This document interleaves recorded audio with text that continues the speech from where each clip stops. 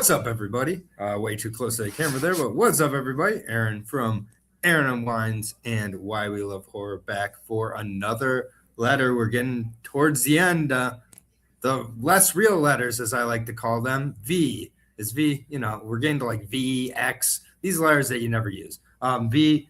Vampires versus the Bronx is the movie, by the way. Oz Rodriguez's only film that I've seen so far, and really hasn't done a whole lot else. I see some like 30 Rock stuff, 50 years of SNL things. So the 2000s Vampires versus the Bronx did not create another filmmaker really as of now, but it's a Netflix original that slipped past my radar for the last 6 years, which is kind of hard to do. I do browse quite a bit of the Netflix originals. The Perfection, one of the best horror movies to come out the year it came out, was a Netflix original. And like, there's been some other good ones. I think The Ritual also was a Netflix original. Apostle.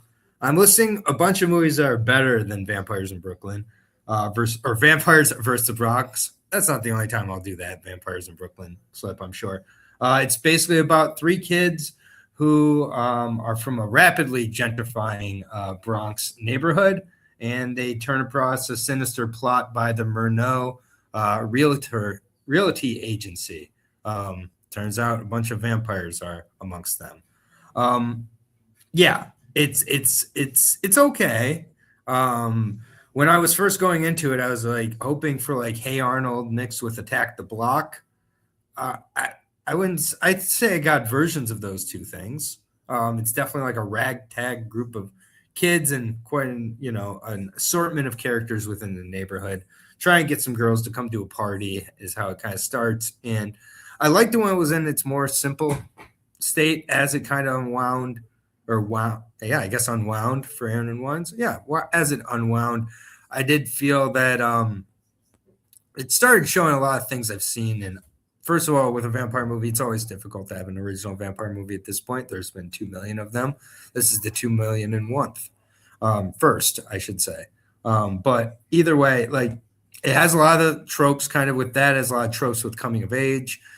Overall, it's just, I'm a little disappointed at the end of the day in John and his, or not John. This was Steve, the courier. I apologize, John. You didn't recommend this movie. Steve, the courier, did. I'm disappointed in you, Steve. It's okay.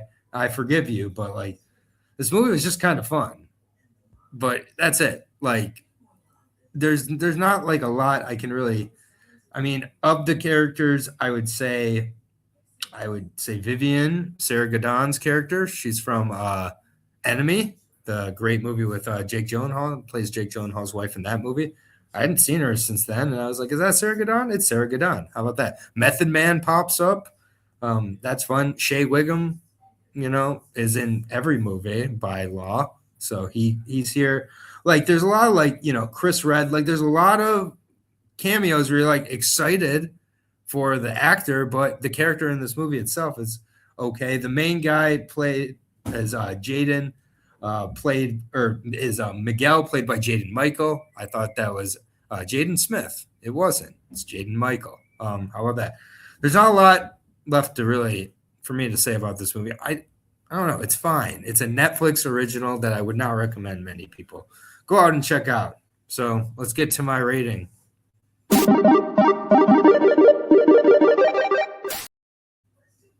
Yeah, I mean, 3 is probably too generous, but I'm going to leave it at my original 3. There's nothing bad about the movie. At the end of the day, it's fine. It's just a Netflix original. So 3 leaves for me. And I definitely hope next week's movie, I have a little more to say about because it's a movie that 5 minutes before this recording, I didn't know existed. I'm still not positive it existed, but I'm going to trust my trusty production behind the scenes here in John for, I think, the second or third movie he's recommended now. It's Matt Cimber's The Witch Who Came from the Sea, and that's probably the best poster we'll have all year. I've seen none of Matt Cimber's movies, but they look crazy, including this. It's an anger stemming from being abused as a child drives an alcoholic daughter to kill as an adult. That seems like a movie that I would not want to unwind to, but here we are. So tune in next week. We're running out of letters. Goodbye. Thank you. Here's what's coming up.